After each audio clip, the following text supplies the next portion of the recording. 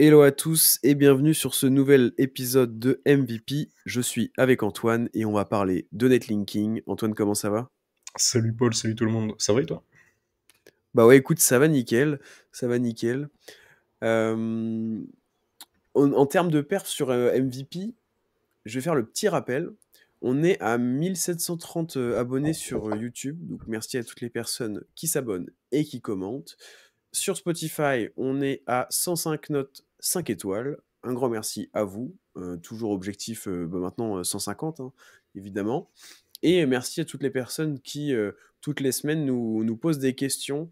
Quand je fais l'appel aux questions sur X, Twitter, ça permet de faire vivre le podcast. Donc, merci beaucoup à vous. Je rappelle, on est toujours suivi par trois marques qu'on met en avant avec grand plaisir: Odeswitch, TotSEO et Linkuma. Odeswitch, pour l'hébergement web qualitatif, si vous êtes à la recherche d'un hébergeur avec un SAV au top, c'est ce qu'il vous faut. Vous pouvez cliquer sur le lien qui se trouve en description. TotSEO, si vous êtes à la recherche, comme d'habitude, d'un outil d'assistance sémantique et intention de recherche, vous avez aussi un lien en description. Ça peut vous faire gagner pas mal de temps, potentiellement améliorer vos résultats SEO.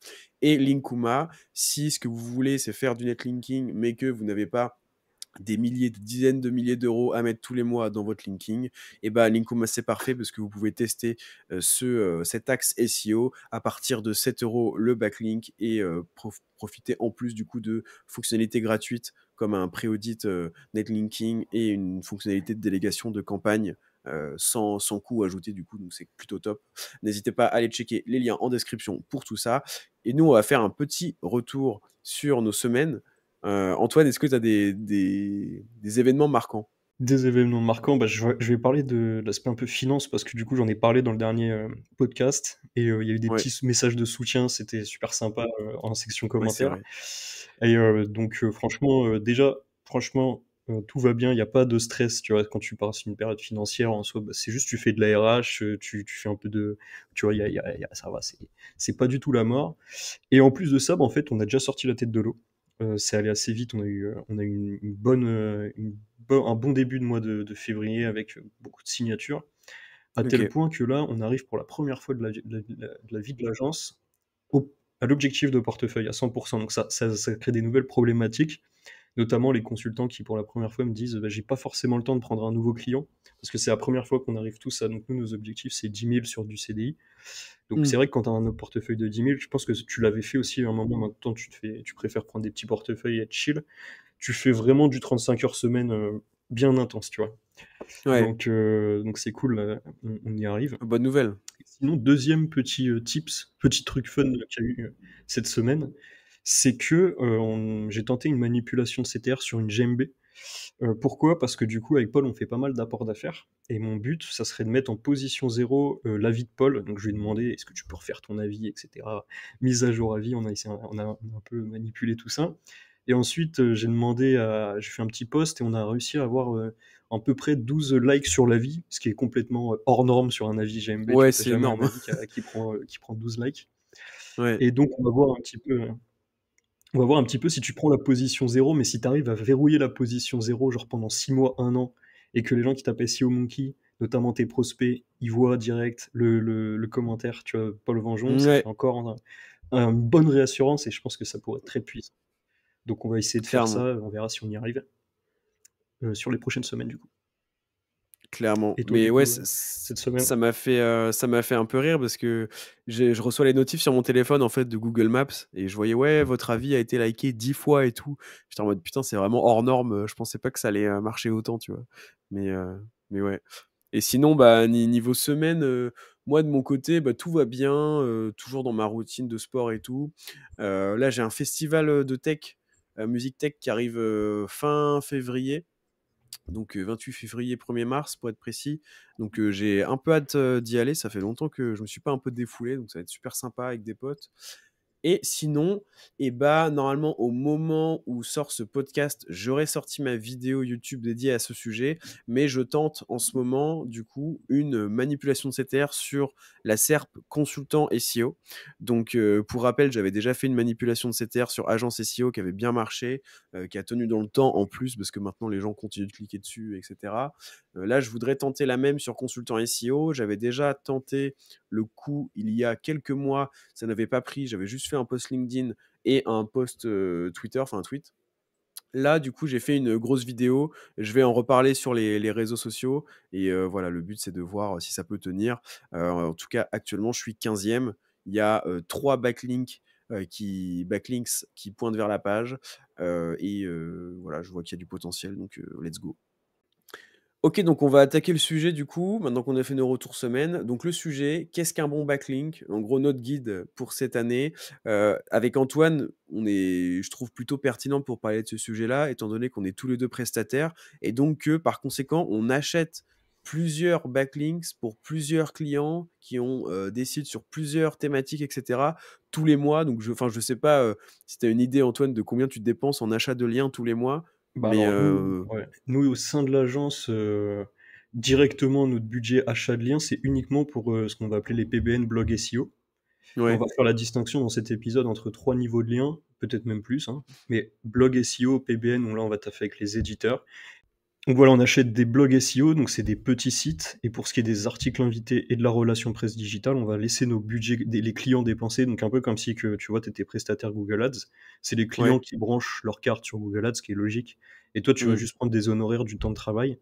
Et donc le Ouais. job du consultant là-dessus, c'est de faire mettre du budget sur des plateformes d'achat de liens, comme par exemple, bah voilà, iReferrer, c'est peut-être la plus grosse. Je sais qu'il y a Papers Club qui est quand même pas mal aussi. Mmh. Et ensuite de piloter, d'aller, le travail, c'est d'aller faire des mini-audits, des pré-audits de sites pour aller choper le bon spot. Relation presse digitale, encore au-dessus, mais c'est le même process. Et donc sur des plateformes, enfin sur les budgets, pour répondre concrètement à ta question, achat, article invité, relation presse, on doit être entre 10 et 40 000 euros par mois à peu près. On a un client qui fait OK. 10 000 euros par mois lui tout seul, mais qui est un peu exceptionnel parce qu'il est dans une thématique où il peut pas faire de pub, donc il met tout là-dedans. Et pour ce qui est des blogs SEO, on se retrouve avec des petits achats parce qu'on est en direct avec Linkuma et d'autres éditeurs de sites à des liens entre 7 et 30 euros. On se retrouve quand même à du 1000 euros par mois. Donc ça Mmh. vous donne un peu l'ordre d'idée de volume d'achat de liens qu'on va faire pour l'ensemble de nos 50 clients qu'on a aujourd'hui, quoi. OK, OK, OK.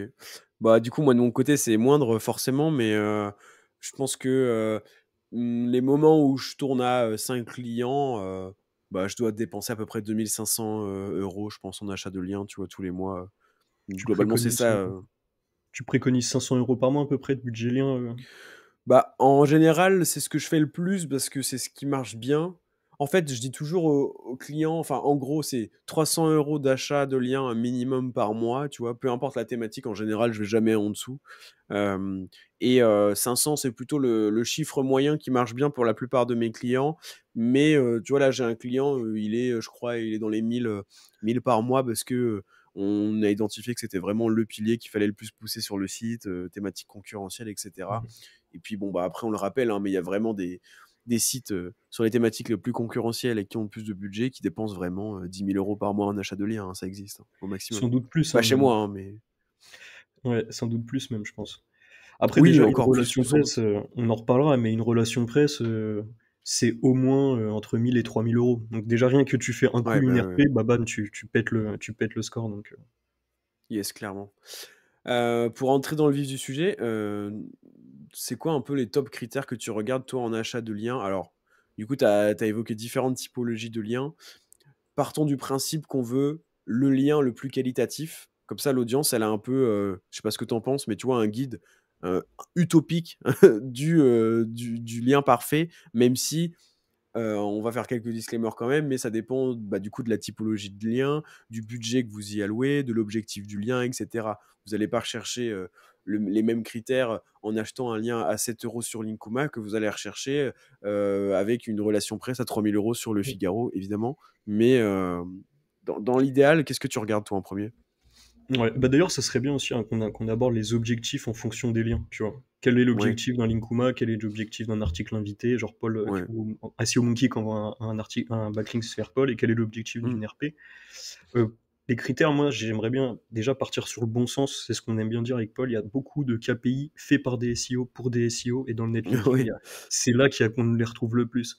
Donc typiquement Domain Authority, Traffic SEMrush, TrustFlow, TTF, tout ça, c'est vraiment des KPI qui sont faits par des SEO pour des SEO, donc manipulables. Et il y a des formations en ligne qui expliquent comment faire de l'argent en vendant des liens et en arnaquant un petit peu, parce que c'est des formations Black Hat. Les acheteurs, je pense qu'ils s'en cachent pas trop. Donc voilà, partir du bon sens. Donc en gros, vous voyez ce que c'est le bon sens, c'est quoi? C'est par exemple Paul Vengeon, il est premier sur Agence SEO, vous voulez ranker sur Agence SEO, c'est l'idéal pour vous d'avoir un backlinks de Paul Vengeon, parce que oui, derrière, il y a une notion de trust flow thématique, une notion d'autorité, bien que l'autorité, typiquement, je suis sûr que je sais pas, il a combien ton domain authority, mais il doit pas être très fort, toi, sur Paul Vengeon, non? Donc quand tu dis domain authority, tu parles du DA de Moz du coup? Ou de Ouais, ou autre chose? SEMrush. Ah ouais, l'authority score SEMrush, je sais, en vrai, je regarde même pas, tu vois? Enfin, c'est pour te dire à quel point je m'en fous. Je Bah suis ouais, sûr qu'il est très faible, tu vois, alors que tu ranks très bien. Et c'est toi, une fois, possible. pour le coup, j'ai une histoire d'un backlink que Paul m'avait envoyé quand on venait de commencer ensemble. Il m'avait envoyé Ouais, un je me backlink rappelle. Agence SEO Lille, c'est le meilleur backlink, c'est la meilleure. Je suis vraiment passé littéralement en 2 jours de la 20e au top 3. Et j'avais la page Agence SEO Lille de Paul qui était deuxième et la page SEO Monkey Ouais, Agence SEO ah, Lille qui c'était était magnifique troisième. ça. Pour vous dire, le bon backlinks, en fait, c'est ça, c'est un backlinks bien thématisé. Idéalement, la page qui rank sur la requête cible qui vous envoie un lien, c'est le top. Et je vais m'arrêter là pour pas trop parler, mais voilà, le bon sens, pour moi, c'est vraiment le plus important, quoi. Ouais. Ouais, donc en fait, la cohérence, la pertinence entre, les 2 domaines, quoi, C'est ça. pour commencer. Et s'ils se positionnent, tu as mentionné un truc qui est intéressant, c'est moi, pour moi, des top critères que je vais regarder, c'est, le fait que le site se positionne déjà sur des mots-clés, alors soit que tu cibles ou alors des mots-clés liés à la thématique du site, tout simplement. Pour moi, c'est vraiment ça le vrai indicateur d'autorité en netlinking. Oublier un peu, comme a dit Antoine, les TF, les scores, et cetera. Le vrai indicateur d'autorité, c'est est-ce que Google fait remonter ce site sur des mots-clés qui sont liés à sa thématique? C'est tout simplement le résultat attendu. C'est ce qui confirme ou qui infirme du coup que Google, fait confiance à ce site sur une thématique précise. C'est tout en fait. Il y a Ouais. pas Et plus simple. d'ailleurs, Donc, si vous là-dessus, voulez je me regarder permets, l'autorité, d'un site, ouais, excuse-moi, Paul, désolé. Parce que du coup, tu étais en train d'arrêter de repartir, d'arrêter, donc je savais pas ouais. trop, mais il y a un outil qui est parfait pour ça, c'est Linksfinder de Lucio, où en fait, vous pouvez Mmh. marquer vos mots-clés. Donc, par exemple, vous mettez tout le champ sémantique autour de si vous voulez ranker sur agence SEO, consultant SEO, je sais pas quoi, et ça va vous donner les sites qui rankent sur ces mots-clés. Donc, ça, c'est pour moi le meilleur process pour avoir justement une liste de sites qui rankent sur vos requêtes cibles, quoi. Ouais, en vrai, tu raison, c'est comme ça que tu gagnes le plus de temps et si vous voulez le faire «à l'inverse» entre guillemets, type, vous avez une liste de sites et vous voulez savoir s'ils sont bien et vous les entrez dans SEMrush ou Alloscan par exemple. Vous regardez leur top position, leur top 5 et déjà, vous voyez s'ils sont bien positionnés sur des positions top 5 ou pas. S'ils le sont pas, ça veut peut-être dire que leur trafic estimé en amont, est un peu fake ou autre. Ça peut être intéressant et après vous regardez sur quels mots-clés ils sont positionnés tout simplement et si vous voyez des mots-clés liés à la thématique du site, là, entre guillemets, vous avez tout gagné. Donc ça, je pense qu'on est d'accord là-dessus. Il y a aussi un autre truc, c'est la tendance de résultats SEO. Je sais pas si c'est un truc que tu regardes, enfin, j'imagine, tu le fais un peu naturellement, mais c'est juste entrer le site dans Alloscan, dans SEMrush et regarder un peu la variation du trafic estimé, même si après on va vérifier si c'est pas bullshit. Des mots-clés positionnés aussi, du nombre de mots-clés positionnés. Et moi, ce que j'aime bien faire sur SEMrush et Alloscan, c'est regarder la variation du nombre de mots-clés top 3 positionnés. Ce qui est des fois plus pertinent qu'un trafic estimé, par exemple, parce que du coup, là, tu sais que, OK, il y a 6 mois, il était positionné sur 60 mots-clés en top 3. Aujourd'hui, il est positionné sur 100 mots-clés en top 3. Bon, je sais que le site, soit il a amélioré ses positions, soit il a créé de nouvelles pages sur des nouveaux mots-clés, mais globalement, il est dans la bonne dynamique, quoi. Et à contrario, des fois, tu vois des sites qui t'ont l'air top, où tu te dis, ah ouais, 50 000 de trafic estimé SEMrush. Tu entres justement le site dans SEMrush et tu vois qu'il est peut-être à 50 000 estimé, mais qu'en fait, il y a 3 mois, il était à 300 000 et qu'il est juste en train de se casser la gueule complètement. Et donc là, tu te dis, bon, comment ça risque d'évoluer? Est-ce que j'ai envie d'obtenir un lien depuis ce site-là, sachant qu'il coûte, je sais pas, 200 euros? Peut-être pas, en fait. Après, vous pouvez dire peut-être que oui, hein, mais Ouais, mais ça c'est la première chose que vous avez regardé, quoi. La courbe de ouais. trafic, que ce soit sur Alloscan, SEMrush. Par contre, c'est aussi comme ça que vendent les liens, les éditeurs arnaqueurs, les liens sur justement les plateformes. Donc en gros, c'est quoi le process? Pour que vous soyez bien au courant de ça. C'est qu'en fait, on prend un domaine et on le fait ranker sur une requête à fort volume et peu de niveau de concurrence. Exemple, l'espace élèves Sciences Po Paris. Tu vois, ça doit avoir un nom en plus que juste les élèves de Sciences Po Paris vont taper pour aller voir leurs notes chaque mois. C'est Ouais, normal d'apparaître en top 10 parce que du coup, il y a que Sciences Po Paris qui va se positionner là-dessus. Et en fait, vu que SEMrush, son fonctionnement, c'est de dire sur un tel volume et une telle position, en moyenne, j'estime que ce site va faire tant de trafic. Parce que comme vous le savez, quand on est en moyenne 10e, parfois sur un data ouais, center, on va arriver 3e, on va prendre un peu de trafic, ensuite on va repasser 7e. Et donc il estime un trafic. Donc cette courbe de trafic, c'est OK, je vois la courbe de trafic et comme le dit Paul, la tendance. Deuxième étape, je vais voir les mots-clés qui se positionnent et si je vois des trucs du style Spider-Man 3 streaming, comme tu aimes bien prendre cet exemple, ou espace membre truc, ou ouais. alors, je sais pas moi, un truc pour aller voir les impôts, payer une amende, Amélie, des conneries comme ça, c'est une grosse arnaque. Et c'est un site qui va clairement scam sur les plateformes, quoi. D'ailleurs, ça serait assez Ouais. ouf que les plateformes arrivent à filtrer tout ça, quoi, parce que du coup, c'est vraiment le travail du consultant, mais il y a vraiment une notion d'éthique qui est dedans, qui, moi, me désole un peu parce qu'il y a beaucoup d'annonceurs, c'est surtout les annonceurs qui se font arnaquer, quoi. C'est quand il y a le responsable marketing qui gère ça sans passer par un SEO. C'est des budgets énormes qui partent là-dedans, je le sais, hein, je le vois, je sais même pas, j'estimerais à plusieurs centaines de milliers d'euros par mois qui doivent partir dans ce genre de site, même plus, hein. Je pense. Après, faut se demander la faute à qui? Est-ce que c'est les éditeurs de sites qui, de par leur manipulation, biaisent complètement le truc et tout? Ou est-ce que c'est pas aussi un peu le défaut typiquement des chefs de projet marketing digital qui sont pas assez formés ou des consultants SEO débutants qui sont pas assez formés, qui vont se fier à des indicateurs un peu bullshit et enfin, pour eux c'est pas bullshit. Du coup, c'est ce qui va, enfin, c'est une hypothèse, hein. C'est ce qui marche le plus en achat de liens. Du coup, forcément, les éditeurs de sites ont tout intérêt à s'adapter à ça et à vendre aux acheteurs ce qu'ils veulent acheter, quoi. Enfin, il doit y C'est avoir vrai. un peu des deux, quoi. Enfin, j'en sais Ouais, rien, c'est mais vrai que on se met à la place des éditeurs, hein, ah, on si aurait c'est ton sûrement pu business. être un éditeur. Enfin, moi, tu sais, Mm. on est dans le SEO et tout, donc bien sûr que quand tu es éditeur, voilà, je pense Bah, que t'es pas un méchant, t'as des Bah valeurs non, et tout, et tu peux faire ça aussi, tu vois. Mais non, non, c'est simplement, sûr. quand tu réfléchis, voilà, c'est quand même problématique. Et même pour les bons éditeurs de Bah, sites, parce qu'il y en a qui sont excellents, hein. Il y en a, voilà, c'est leur ouais. business model, ils assument, ils font des sites pour vendre des backlinks, mais ça reste des bons éditeurs. Limite, ils se présentent comme des réseaux de médias, tu vois. Ils Mm. vont vendre des petits backlinks. Mais eux aussi, je pense, en souffrent pas mal de ça, tu vois. Mais eux, je pense qu'ils vont aujourd'hui, ils ont de plus en plus le vent en poupe, à mon avis. Et à mon avis, c'est ce genre de site qui fait le plus en plus de cash parce que bah il y a des personnes comme toi et moi, par exemple, on en parle, tu vois maintenant. Avant, c'était un petit peu tabou où il y avait quelques tweets à ce sujet-là. Maintenant, tu as des chaînes YouTube comme la mienne qui en parlent, notre podcast qui est quand même assez écouté, etc. On en parle de manière ouverte, donc je pense que on peut avoir un impact, tu vois.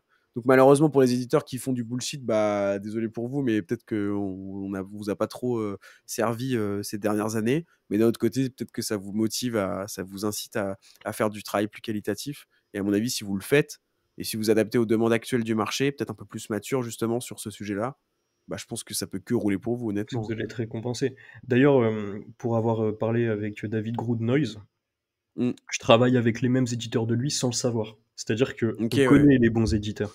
Et ouais. pour en avoir parlé, il me commence à me dire un nom, deux noms, trois noms, et tu vois, je me dis, ok, on travaille avec les mêmes, et ces éditeurs-là travaillent avec toutes les agences SEO, parce qu'en fait, ils sont vraiment bons, et un bon éditeur, je vous le dis, il va avoir entre 20 et 50, max 100 sites, mais s'ils font ça depuis des années, des dizaines d'années, ils peuvent monter à des volumes de 100 sites. Mais c'est pas des Ouais. mecs qui font plein de sites en automatique, des sites pourris et tout, c'est vraiment, ils voient ça comme des petits médias, tu vois. Ok. Ah ouais, non, mais c'est super intéressant. Euh, Tu voulais nous parler de différents types de sites aussi avant qu'on... Donc là, tout le long du podcast, on va vous énumérer un peu des critères, hein. Moi, j'en ai évidemment d'autres en tête. Mais là, pour faire un peu un petit cut là-dedans, toi, c'est quoi? Qu'est-ce que tu attends d'un site en fonction des différentes catégories? Tu nous parlais de blog SEO, de PBN, peut-être de Article RP, etc. invité, RP. Mm. J'ai pas dans mon process Ninja Linking, mais on peut mettre Ninja Linking. Je pense en termes de Ouais. qualité, c'est à peu près au même niveau que blog SEO. Donc blog SEO, pour être clair, c'est une façon polie de dire PBN, Private Blood OK. Network, à savoir réseau de sites, donc c'est selon ce qu'on vous parlait. Donc là, super important de justement faire ce travail de recherche. Est-ce que c'est vraiment un petit peu quali? De toute façon, ça reste une qualité médiocre. Médiocre, dans ma bouche, ça veut pas dire dégueulasse, ça veut dire très basse, tu vois. Genre, c'est assumé. Ouais. Ouais, ouais. Linkuma, ils assument d'avoir des sites voilà, de très faible qualité parce qu'ils vont permettre d'avoir des prix très faibles aussi. Et ça, du coup, l'intérêt, c'est quoi? Quand tu passes par du Linkuma, il y en a plusieurs, mais pour moi, ça peut permettre d'indexer une page. Tu as des pages qui s'indexent pas, tu envoies un peu de Mmh. PBN, de lancer un domaine. Quand tu crées un domaine de zéro, parfois il faut 6 mois, surtout quand tu fais du SEO propre et que tu es sur un site de service où tu peux pas faire beaucoup de bulk en termes de contenu de manière white hat. Il faut peut-être 6 mois pour commencer à avoir un site qui commence à monter, tu vois.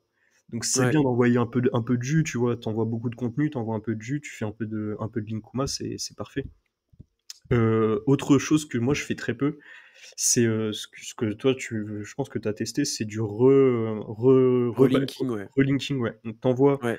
tu fais une relation presse par exemple, tu fais un article sur le journal du web, tu t'envoies 30-40 € de Linkuma dessus, c'est aussi une bonne strat. Tu envoies quand même des Ouais. indicateurs positifs sur un énorme article qui t'a peut-être coûté 500, 1000, 2000 €. Donc ça, voilà, ça c'est pour moi les objectifs un peu plus pour du PBN. Tu me diras si tu en vois d'autres.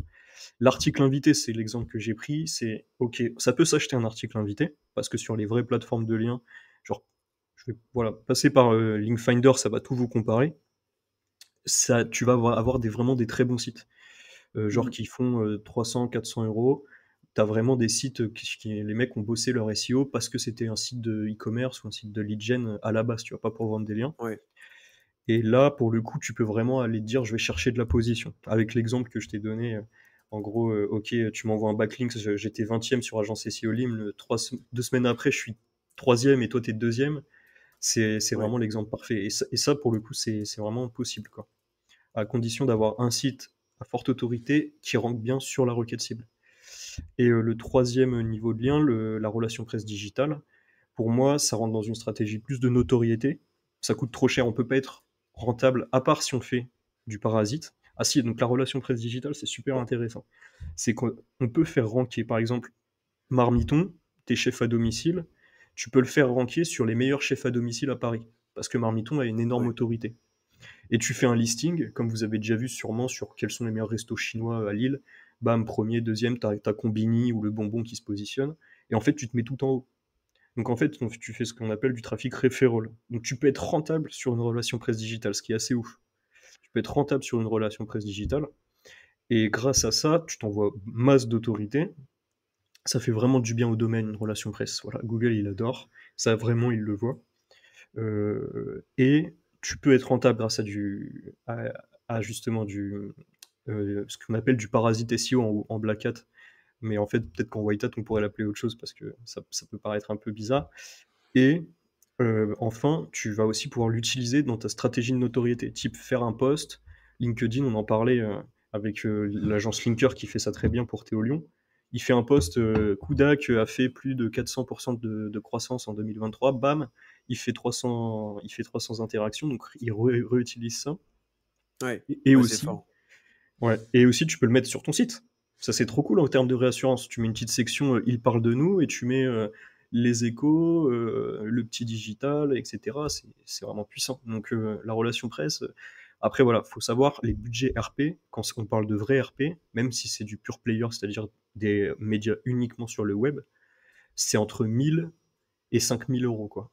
Tu peux monter Ouais, à c'est 5000 € quand tu as un kit RP avec plusieurs publications, une interview. Tu vois, tu peux vraiment aller loin dedans. ouais. OK. Non, mais super intéressant. Pour, revenir sur, les enfin moi tu sais quoi? Je vais parler un peu de mes 2 catégories de liens. Comme ça, je reprendrai un peu ce que tu as dit aussi sur, les liens low cost et cetera. Moi, globalement, ce que je fais pour la plupart de mes clients, sauf si vraiment ils ont très peu de budget, genre, 300 € par exemple justement, auquel cas je fais du full Linkuma. Mais sinon, je fais 50 Linkuma et 50 iRéféraire typiquement donc je fais la différence entre les liens Linkuma et les liens, un peu que j'appelle critères justement, où sur iReferrer, le but, ça va être de cocher le maximum de critères dont on va vous parler, on vous a déjà parlé dans cette vidéo, dans ce podcast. Donc, Linkuma, moi, ce que je vais rechercher, alors, tu as mentionné plusieurs trucs. Indexation, c'est intéressant. Honnêtement, je l'utilise pas pour ça, mais effectivement, ça peut être très cool. Après, il y a des solutions comme IndexMiner qui existent, qui sont peut-être moins chères du coup pour ça, cet objectif-là uniquement, mais ça reste une utilité. Euh, Tout ce qui est relinking, plutôt cool, honnêtement. Je suis assez fan de cette technique-là, même si je ne l'ai pas encore assez testé, exploité. C'est un truc qui, pour moi, fait archi sens et je trouve ça très cool. Faut juste avoir du temps. C'est peut-être un peu plus compliqué d'analyser les retombées. Du coup, déjà que c'est compliqué d'analyser les retombées du netlinking, alors celle du relinking, Ouais. c'est encore un tiers de plus. Mais je pense que c'est une bonne pratique. J'ai commencé à le faire là et j'ai une campagne de relinking actuellement en cours pour un client, justement via du Linkuma. Où ce que j'ai fait, c'est juste que j'ai été sur les backlinks les plus chers que j'avais commandés sur iReferrer, ceux qui m'ont coûté le plus cher, où je sais que c'est des bons trucs parce que si je les ai commandés, c'est qu'ils sont au minimum bien, ils sont même très bien du coup s'ils ont coûté cher en plus.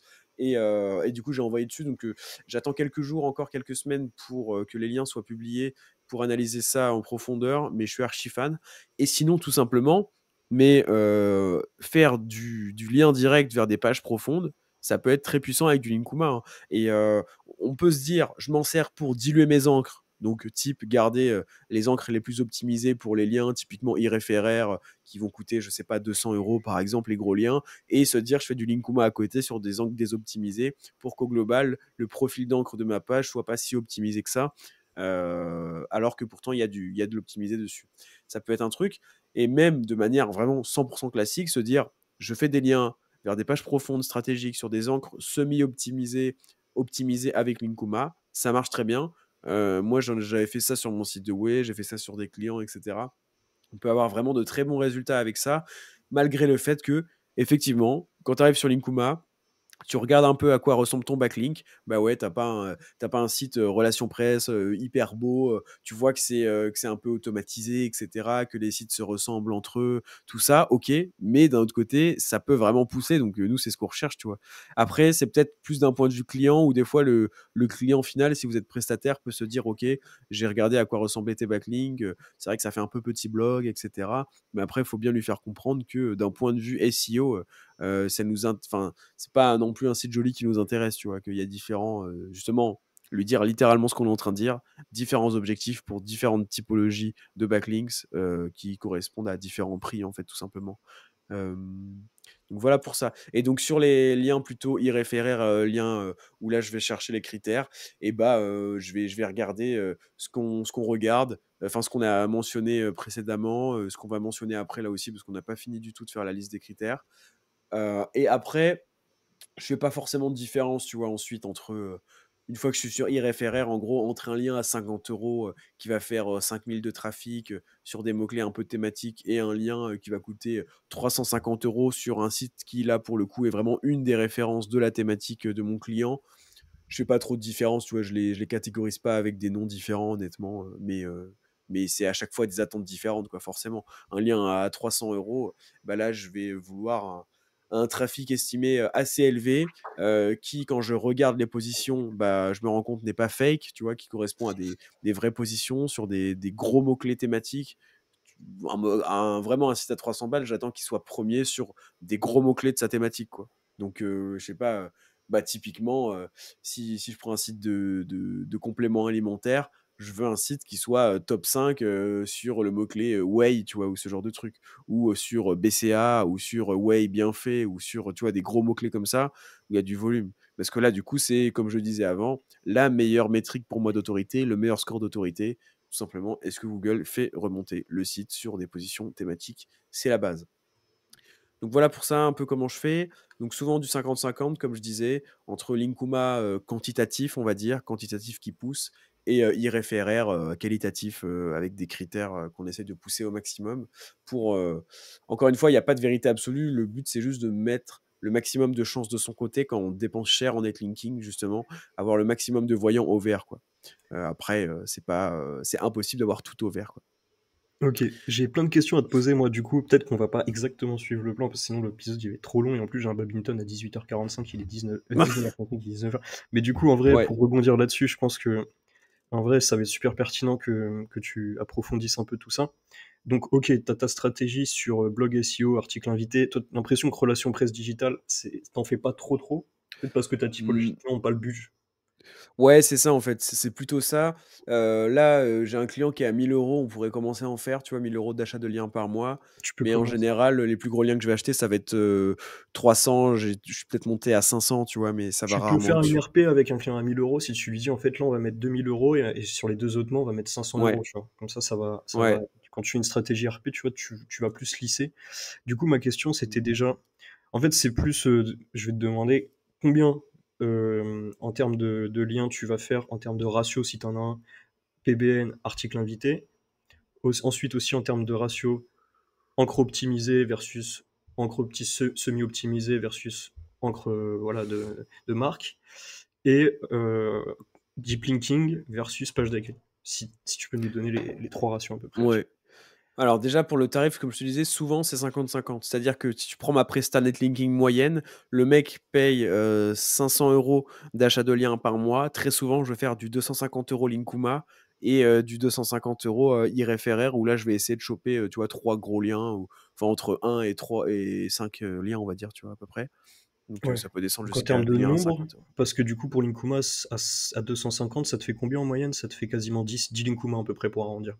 Donc ça te fait 10 versus 3 en gros. 10 PB, Ouais, 10 blog pour, ouais, 3 c'est articles. même plus que 10 hein, quand même, parce que je fais la du coup, j'utilise pas mal l'option, délégation de campagne. Je me rends compte que là, on fait une grosse OP Linkuma dans cet Bah épisode, tant mais mieux, bon, en hein, même ils nous temps, sponsorisent depuis le début bah, oui, donc oui, puis c'est ce merci à que je eux, fais hein. donc souvent, je fais délégation de campagne et en fait, je leur dis: «Voilà, notre objectif, nos objectifs, c'est de pousser telle page, telle page, telle page sur tel mot-clé. Aussi de faire des liens vers la page d'accueil», puisque du coup, je profite de Linkuma pour faire un peu de quantité vers la page d'accueil. Je leur dis déjà ce que je commande chez iReferrer, sur quelle page, sur quelles encres. Donc je leur dis voilà, j'obtiens, enfin, dans la majorité des cas, je leur dis on achète déjà des liens sur iReferrer pour pousser ces mêmes pages-là. On fait déjà des encres optimisées via iReferrer. Donc, ce que j'attends de vous, c'est plutôt de faire des encres semi-optimisées et désoptimisées. En général, c'est ce que je leur dis. OK, intéressant. Voilà. Et sinon, donc après le ratio global optimisé, semi-optimisé, désoptimisé, ça dépend vraiment des SERP, mais bah, je sais pas en fait. Non, c'est compliqué, ça dépend vraiment des SERP. Je peux pas dire de Quand trucs même si précis. tu le dis parce qu'on va dire que là sur ce principe-là, tu es à peu près à 20 d'articles invités, 80 de PBN. C'est à peu près ce que tu me dis Oui, ouais, et ouais, en si tu quantité, optimises ouais. si tu optimises tes articles invités, ça te fait à peu près 20 de d'optimisés pour 80 de non optimisés, mais sur des plus petits domaines quoi, si je comprends bien. Ouais, mais non, parce que justement, Linkuma, je leur dis je fais de l'optimiser avec, iReferrer et en fait, mais même pas que, parce que je leur dis ça, mais des fois, iReferrer, je me dis aussi: «On va calmer le jeu» et je fais du désopti, mais je leur dis: «Je fais de l'optimiser avec iReferrer, donc je veux que vous fassiez du désoptimisé et du semi-optimisé». Donc en fait, le semi-optimisé, comment tu le calcules, tu vois? Parce que ça reste quand même, Ouais, enfin, ça reste un, enfin, semi-optimisé par définition, quoi. ouais. Donc je saurais pas dire exactement, mais il y a un bon ratio de désoptimisé quand même, hein, franchement, je veux pas que ce soit trop flag non plus, donc voilà. Après, tu m'as demandé ratio homepage, deep linking. Ça, par contre, je peux te le donner parce que du coup, les seuls liens page d'accueil, en général, que je fais, c'est avec Linkuma et il y en a pas énormément. Donc, on doit être sur du 30-70, quoi. 30 homepage, 70 deep linking, Ah quoi. ouais, tu Voire bourrines le deep 20-80. linking, ouais. Tu bourrines le Ah deep bah, linking. pour moi, c'est ce qui apporte des résultats. Et en fait, aussi, je le précise, mais ma typologie de type de client, c'est des marques déjà bien installées, qui ont déjà de la notoriété, qui ont déjà des liens naturels vers leur page d'accueil, en fait. C'est surtout ça. Donc, j'ai Mmh. pas besoin de créer ce truc-là. Si demain, j'ai un site qui est totalement neuf, là, ça serait vraiment différent. Pour le coup, on serait peut-être sur du 50-50 au début, voire 60 homepage, 40 deep linking, tu vois. OK, C'est vraiment lié intéressant. à ma typologie de client. Là-dessus, j'avais entendu, Elliot Bobier parler d'encre et j'ai trouvé ça intéressant. Il nous disait que, en fait, une bonne encre, c'est une encre semi-opti. Donc typiquement, si vous voulez, vendre, je sais pas moi, vous avez un appartement, vue sur mer Malaga, tu vois? Un truc comme ça. Tu vas pas mettre Ouais. l'encre appartement vue sur mer Malaga, ça c'est l'encre opti.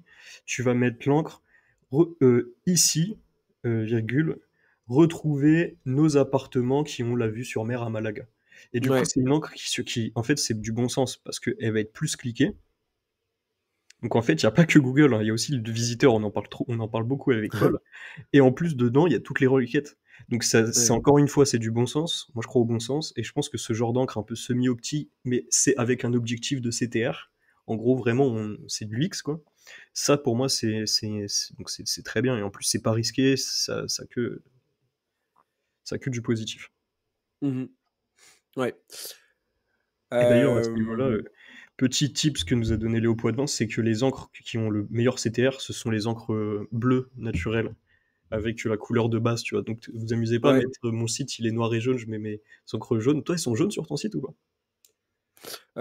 Ouais, il me semble qu'elles sont jaunes, ouais. Ouais, mais toi, Ouais, ça ouais. marche, parce que du coup, c'est. Mais en gros, globalement, voilà, il faut l'encre bleue classique, parce qu'en fait, dans la tête des internautes, voilà, tac, c'est l'encre, Mmh.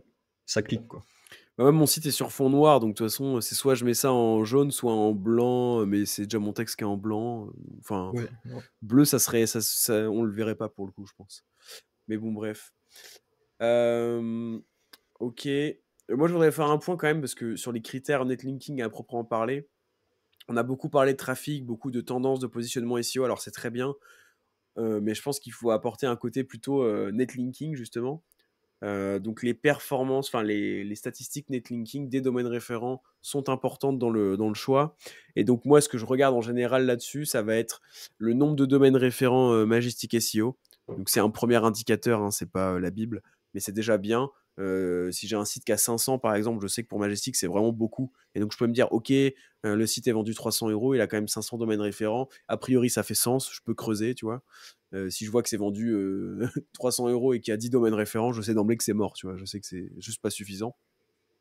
Donc voilà, la part de domaines référents qui font un lien do-follow, ça c'est pareil, c'est un truc qui peut être manipulable, obtenir beaucoup de domaines référents, beaucoup de backlinks, mais au final très peu qui ont des liens do-follow, avec uniquement du ninja linking, UGC, sponsor, no-follow et tout. Donc bon, c'est un peu moins manipulé que les courbes SEMrush, hein, on va pas se mentir, mais il faut faire attention. Donc je regarde ça, je regarde le rythme d'acquisition de domaines référents aussi. Est-ce que le site obtient des domaines référents de manière régulière? Donc là, encore une fois, hein, c'est les critères que je regarde. Je ne regarde pas pour 100% des sites, hein. Là, par exemple, le rythme d'acquisition de domaines référents, honnêtement, dans 80% du temps, je ne me prends pas la tête. C'est plus pour les gros liens où je veux vraiment tout checker. Et on peut aller même jusqu'à checker les encres de liens. Est-ce qu'il n'y a pas des encres un peu bizarres, etc.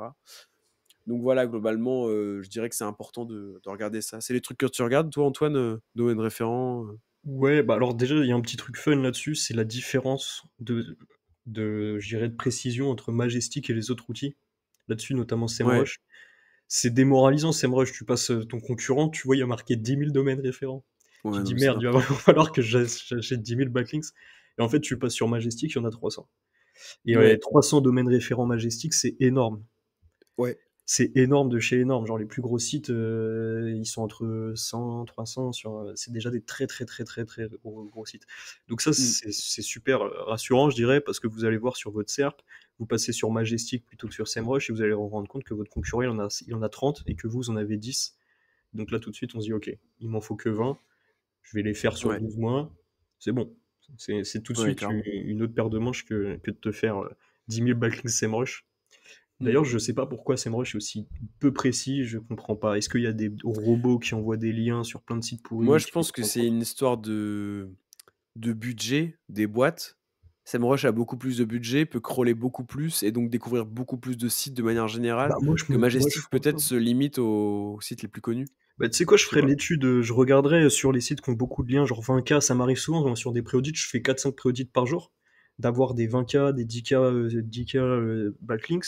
Je vais même Mm. pas les regarder, bah, tu sais quoi, je ferai l'effort d'aller les regarder, donc je sais que ça va être des sites genre en mode chinois, indien et Bah tout. ouais, c'est ça en fait, il y a Je beaucoup sais de merde, même hein. pas s'il y a vraiment un backlink, tu vois. Il faudrait inspecter l'élément et faire un commande F, voir s'il y a le domaine Bah, je pense que si, sur ou une alors offre c'est. A, mais je Mm. suis pas sûr, hein, je te dis, hein. Je suis pas Bon, en sûr. tout cas, Parce que SEMrush nous, fait de la merde là-dessus. Ouais, ou alors il y en a eu un, il y en a plus, il a été supprimé parce que si c'est du netlinking automatique comme ça, non souhaité, non consenti, bah, peut-être que du coup c'est fait automatiquement, que c'est supprimé aussi automatiquement après, modéré, tu sais? Je sais pas. Mais en tout cas, ça nous arrange bien nous d'utiliser Majestic parce qu'effectivement dans les faits, au final, ce qu'on C'est retrouve, c'est c'est les liens évolué. les plus qualitatifs. Donc Ouais. moi ça me va tout à fait. Bon, sinon, on a parlé un peu de critères. Je pense qu'on a fait quand même un petit tour assez sympa. Après, j'ajouterais quand même, parce que j'avais fait une newsletter, à ce sujet-là, essayez de regarder quand même, si c'est pas une ferme à liens. Donc si en allant dans la partie blog, est-ce qu'il y a un lien de vendu par article publié? C'est facilement identifiable, hein, si vous voyez qu'il y a à chaque fois un lien vers un site, un peu inconnu au bataillon, faible autorité, il y a de fortes chances pour que ce soit de la vente de liens, même de très fortes chances, surtout si vous trouvez le site sur les plateformes du coup. Regardez aussi, pourquoi pas, s'il y a du branding. Ça, je le fais pas tout le temps, même je le fais peu en réalité, mais il faudrait que je le fasse beaucoup plus. C'est taper, si vous êtes sur un site qui coûte cher, tapez le nom du site dans Google, voir s'il n'y a pas des réseaux sociaux associés, et cetera. C'est pareil, hein, faites pas ça avec les liens Linkuma, hein. Là, c'est vraiment quand vous êtes sur du lien bien cher, et cetera. Ça peut être intéressant de regarder ça. Tu sais quoi? Rapidement, je rouvre moi, parce qu'après on a d'autres, questions à traiter avant que tu ailles faire ton badminton. Je Et du rouvre ma Twitter. newsletter. Ouais, je rouvre ma newsletter et je vous fais la liste de ce que j'avais prévu. Donc j'avais marqué que le domaine référent soit dans une belle tendance SEO, donc on en a parlé, que le domaine référent se positionne top 5 sur des mots-clés thématiques, on en a parlé, qu'il dispose lui-même de beaucoup de domaines référents, on en a parlé, qu'il dispose d'une bonne part de domaines référents do follow, on a parlé aussi, qu'il soit dans une belle tendance d'acquisition de domaines référents, on en a parlé, qu'il soit pas une ferme à liens, on en a parlé, qu'il ait un vrai branding, on en a parlé, que la page référente, ça on en a pas parlé, que la page référente, la future page référente, donc la future page qui vous fera un lien, soit bien maillée au sein du site. Donc essayez de prévoir, soit regarder après coup simplement le maillage du lien que vous avez commandé, ou essayer de se dire, ok, mon lien a priori sera publié dans telle catégorie du blog, ok, c'est bien accessible, il y a le footer, etc. Que ce soit pas un blog isolé complètement, du coup qui reçoive aucun jus de la part du site. Que la page référente, du coup, de laquelle vous obtenez un lien, parle d'un sujet pertinent. Donc ça, c'est à vous de faire le job, de bien briefer les éditeurs, etc. Ce que je fais souvent, et je l'avais dit dans une vidéo sur ma chaîne perso, mais c'est que j'aime bien regarder les top positions du site et je me dis, ok, de quel sujet je pourrais aborder compte tenu des positions actuelles du site qui aurait des chances justement de produire un article qui se positionne très bien dans Google en fait.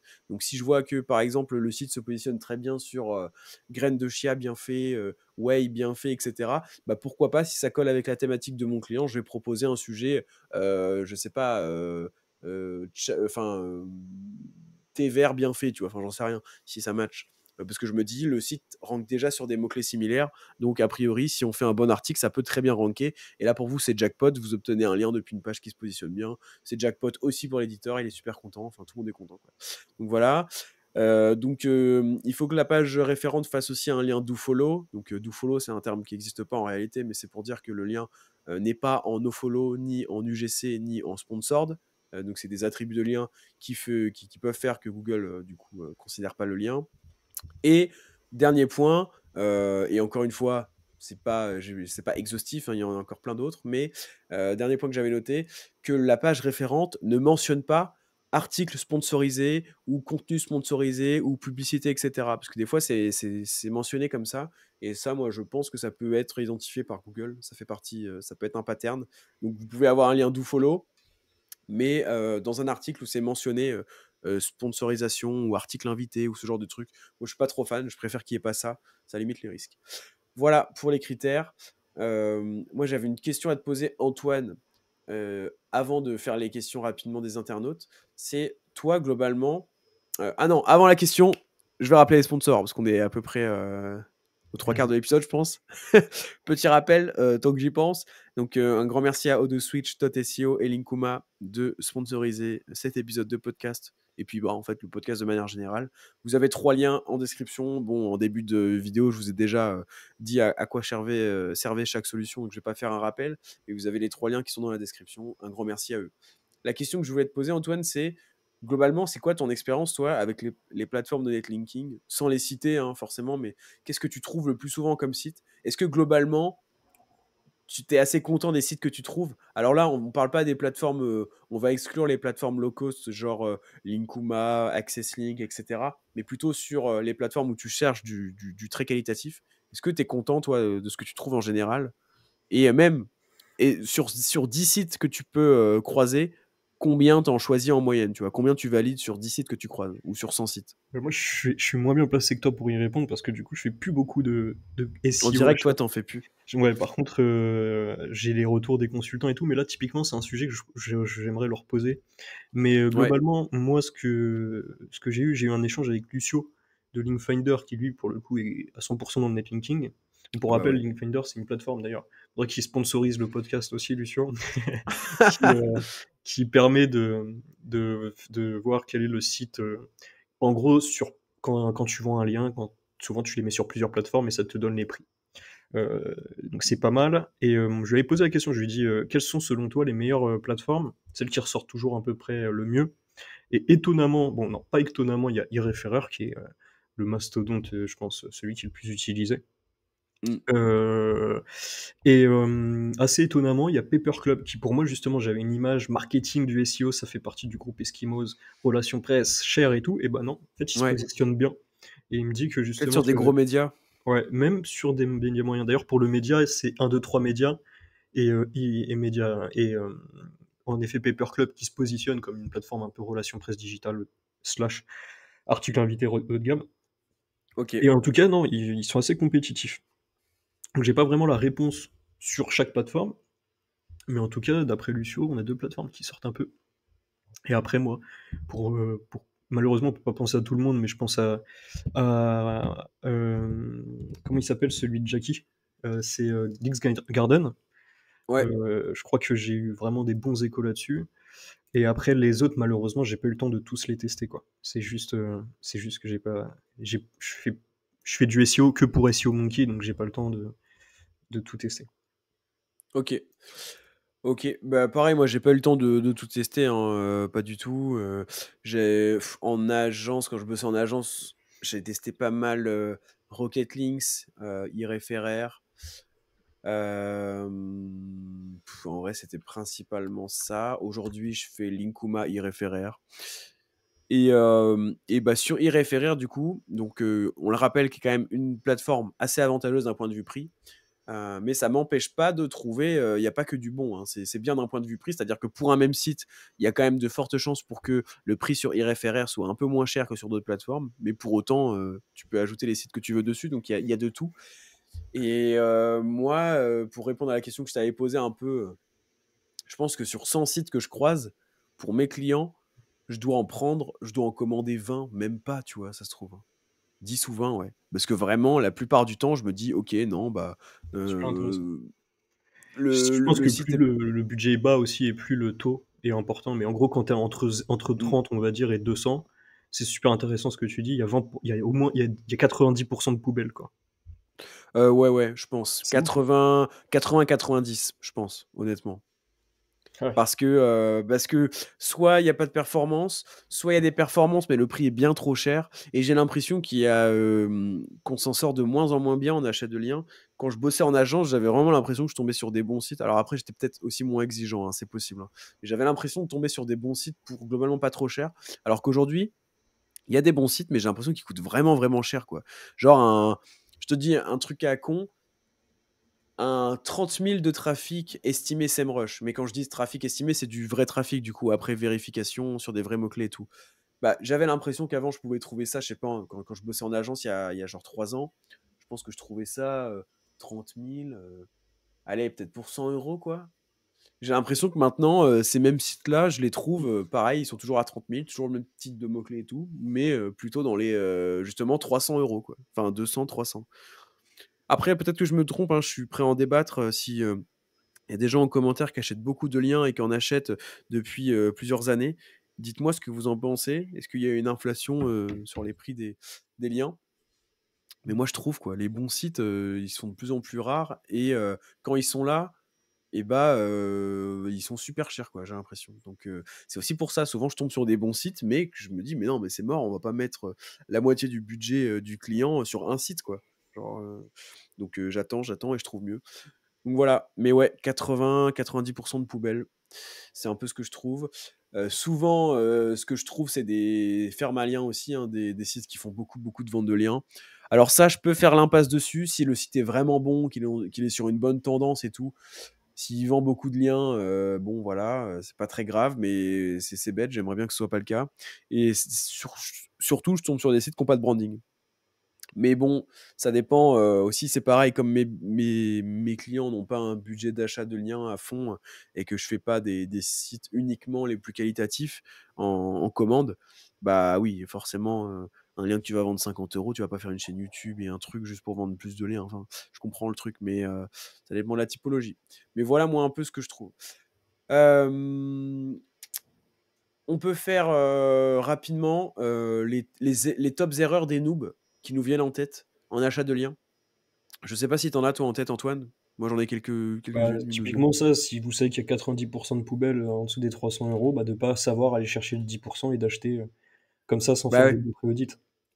mmh, Donc les noobs et c'est aussi ça. je dirais, des gens qui travaillent dans des boîtes et qui sont un peu gens foutistes, parce qu'il y en a beaucoup, en mode, bah, voilà, je fais mon boulot, je mets des croix dans des cases, j'ai un budget, j'achète Mmh. des liens, quoi.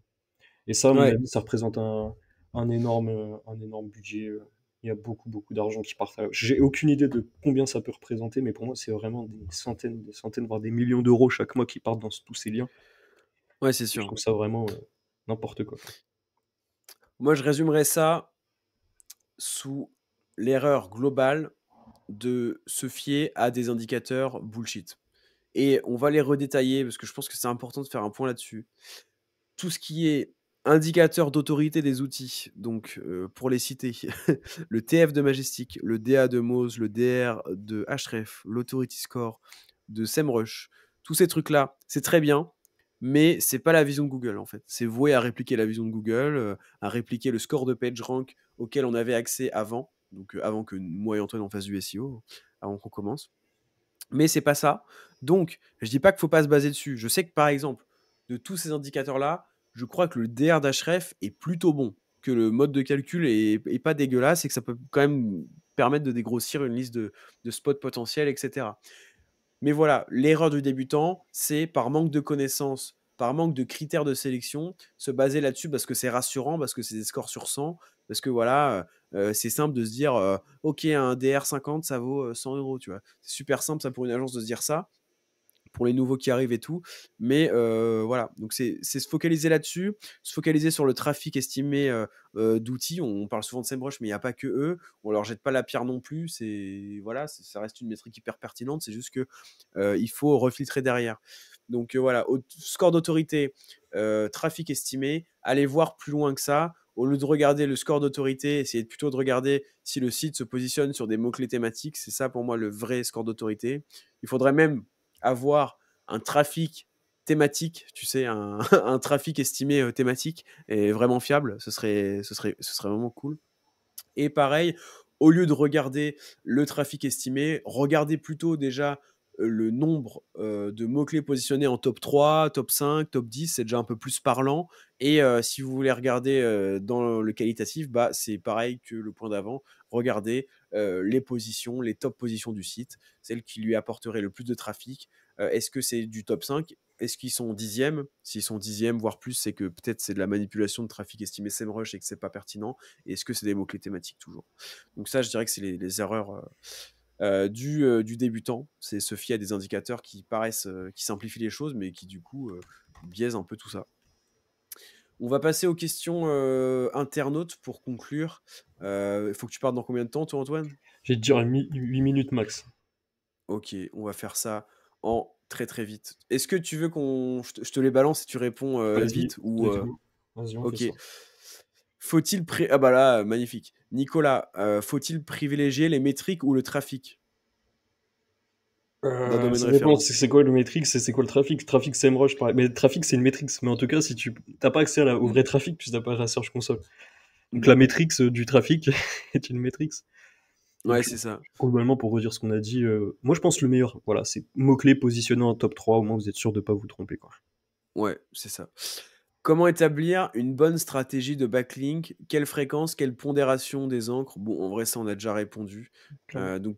Pour la fréquence, tu regardes, tes top concurrents, combien ils ont de backlink, combien il t'en faudrait du coup et pour la fréquence, bah, en combien de temps tu veux les rattraper et voilà, en fait, tu fais, une formule.